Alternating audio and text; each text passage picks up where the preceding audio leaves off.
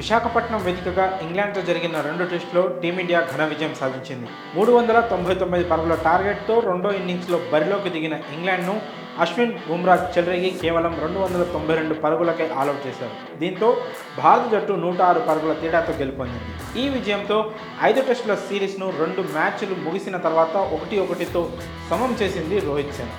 హైదరాబాద్లోని ఉప్పల్లో జరిగిన తొలి టెస్టులో ఇంగ్లాండ్ అనూహ్య విజయం సాధించిన విషయం తెలిసిందే. ఇప్పుడు రెండో టెస్టులో టీమిండియా గెలిచి లెక్క సరిచేసింది. ఇక మిగిలిన 3 మ్యాచ్లు ఈ నెల 15 నుంచి మార్చి 11 వరకు జరగనున్నాయి. అయితే ఈ మ్యాచ్లో ఓ ఆసక్తికర సంఘటన చోటు చేసుకుంది. Team India captain Rohit Sharma field ఎంపైర్పై సీరియస్ అయ్యాడు. దాని గురించి పూర్తిగా తెలుసుకుందాం. అశ్విన్ వేసిన ఇన్నింగ్స్ 63వ ఓవర్ 5వ బంతిని England batter Tom Hartley reverse sweep ఆడే ప్రయత్నం చేశాడు. కానీ బాల్ చేతికి తగిలి వికెట్ కీపర్ చేతుల్లో పడింది. టీమిండియా ఆటగాళ్లు అపీల్ చేయడంతో ఎంపైర్ అవుట్ ఇచ్చాడు. కానీ హార్ట్లీ రివ్యూ తీసుకోవడంతో బాల్ బ్యాట్కి కానీ గ్లౌస్కి కానీ తాకకపోవడంతో థర్డ్ ఎంపైర్ నాట్అవుట్గా ప్రకటించాడు. అయితే క్యాచ్ అవుట్ కాకపోయినా బాల్ బ్యాట్కి తగలలేదు కనుక లెగ్ బిఫోర్ అవుట్ కోసం థర్డ్ ఎంపైర్ చెక్ చేశారు. అవుట్కు అన్నీ సరిగ్గా సరిపోయినా ఎంపైర్స్ కాల్లో నాట్అవుట్ ఉండడంతో లెగ్ బిఫోర్ అవుట్ నుంచి బ్యాటర్ హార్ట్లీ తప్పించుకున్నాడు.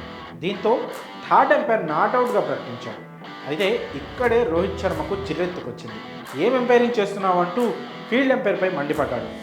ఎల్బీడబ్ల్యూలో ఎంపైర్స్ కాల్లో నాట్అవుట్ ఉందేంటి, నువ్వు అవుట్ ఇచ్చావు కదా, అయినా ఎందుకు బ్యాటర్ను నాట్అవుట్గా ప్రకటించారని రోహిత్ ఎంపైర్పై సీరియస్ అయ్యాడు.